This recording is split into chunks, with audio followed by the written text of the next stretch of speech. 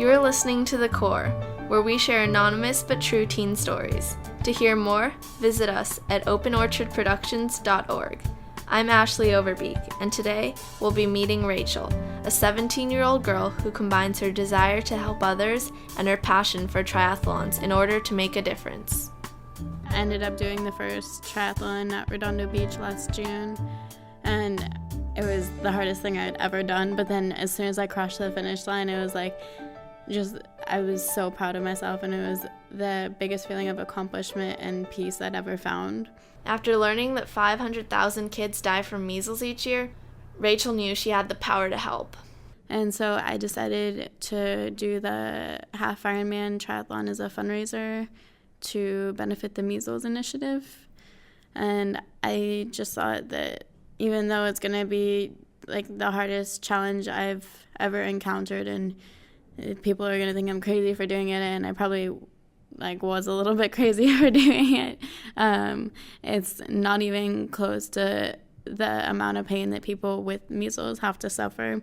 So I kind of took it as that I'm so lucky to be able to have access to good health and good food and the ability to have a coach to train me, that I can put myself through this challenge in order to help vaccinate the 1,000 children from measles and kind of share their pain and kind of come to understand them.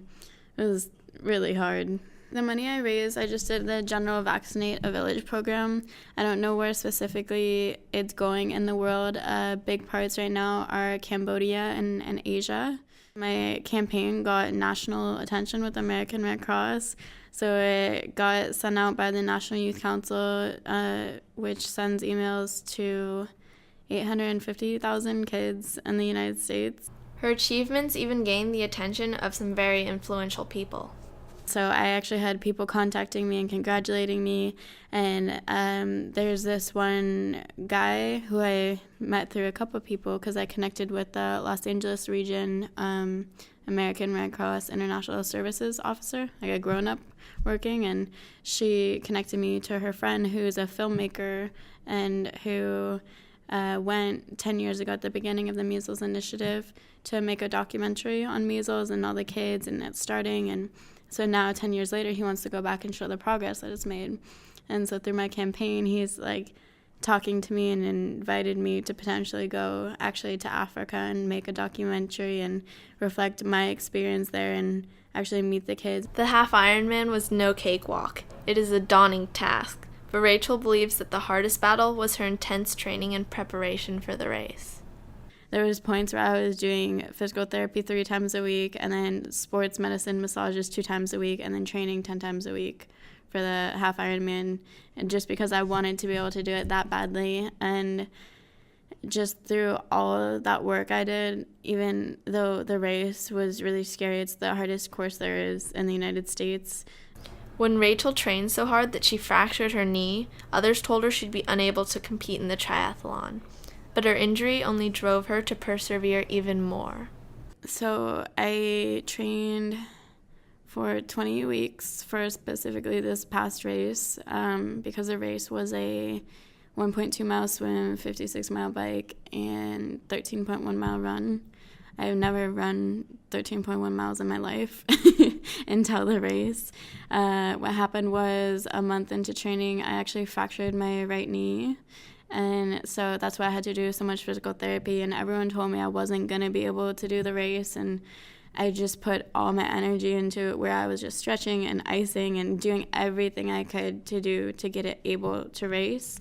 That day, when I first started training, I couldn't even swim a full lap in the pool, and the 1.2 mile swim is equal to 40 laps in the pool.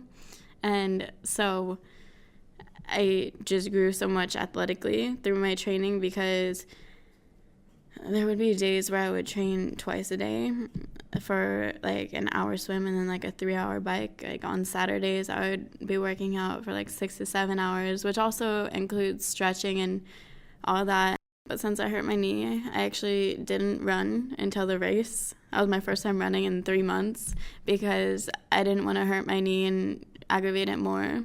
And so going into the race, I wasn't even sure if I was going to be able to finish the race, because I didn't know if I could run. But I just raised the money, and I wanted to be able to do it so badly that I push myself through it. It was the 30th annual Wildflower Triathlon, which is it's kind of known as the Woodstock of triathlons. It's like a festival. Everyone camps out for the weekend. Like, all the pros come.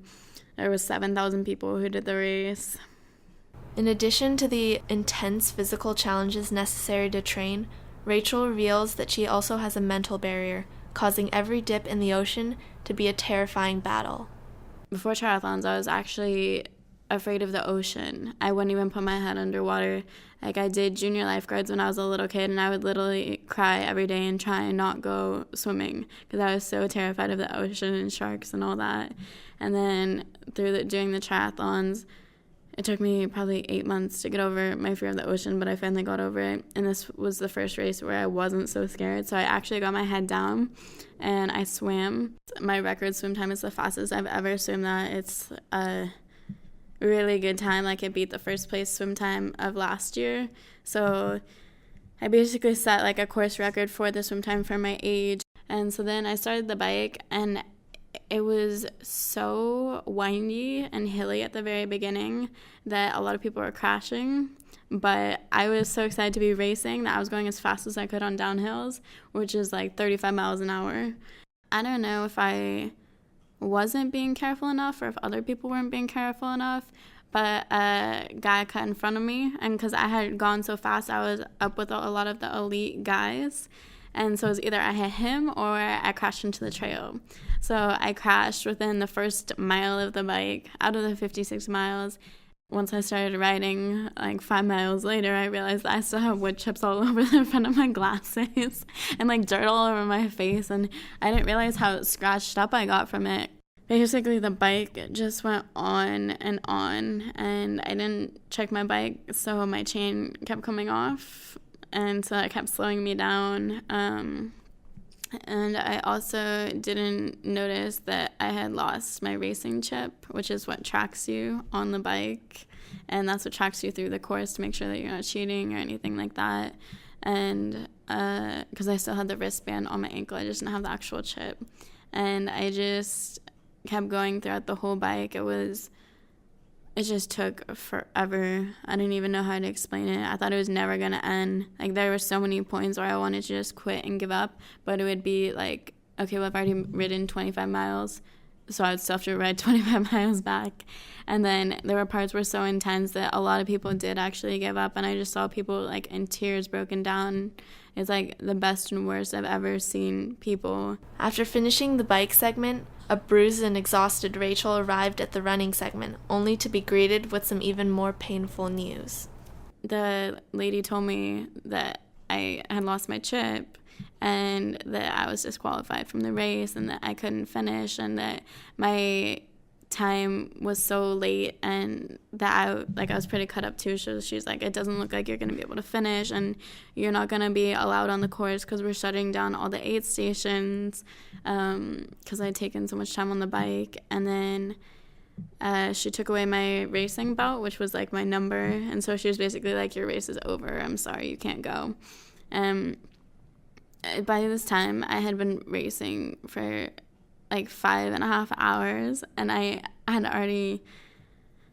was already the hardest thing I'd ever done, and I was so nervous going into the run because I hadn't run for 3 months. And so then I just didn't even think. I just changed into my running shoes, came off the bike, and I put on my visor and my sunglasses, and I just started running. At that point, my body just hurt so bad everywhere, and I was so upset that I didn't make the bike cutoff that I forgot my water. And then I was really dehydrated, and it was through the forest part where no one really was. And I was thinking, like, I started getting, like, tunnel vision and really intense headache from the dehydration. So I was going to sit down, but then I went to sit down and take a break. And I hadn't taken a break the whole time so far. And my body just, like, started freezing up because my muscles were so tired that they were locking up. And so, like, I couldn't sit down, otherwise I wouldn't be able to get back up. So I just walked for a little bit, and then I heard like a rescue truck coming, and they were picking up everyone on the trail, and they had like a speakerphone, and they were like, turn around, like your time's passed, you have to go back, walk back up the hill to us, like you're done with your race. And so they weren't just saying it to me, they were saying it to like all the people in the area, but everyone else was like walking and just tired, and they used all their energy on the bike compared to I knew I had to conserve mine the most for the run because I hadn't run. So I just started running as fast as I could in the other direction away from the truck. At times, Rachel felt like she was drowning in despair, unable to move her body forward another inch. There's so many times when I wanted to quit. I think like every moment of the run, even the last mile, not the last half mile, but the last mile. I just sprinted to the finish line. I didn't even think I had the energy, but I just did it because I was so happy to be there. I found out that the girl who got first place only finished 19 minutes before me, and then everyone else in my age division quit.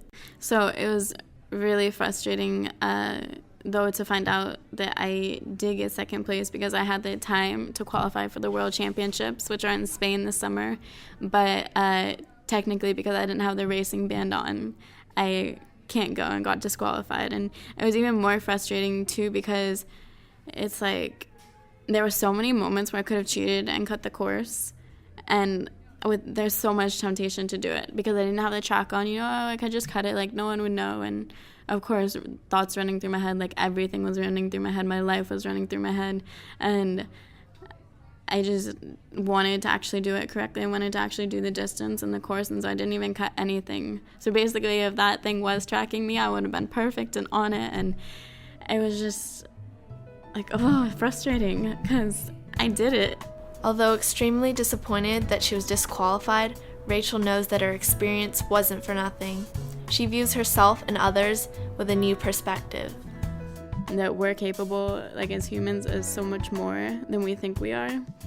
Months later, Rachel is still training and competing in triathlons. She received her Red Cross Youth Services Excellence Award for her measles fundraiser and is attending Loyola Marymount University this fall.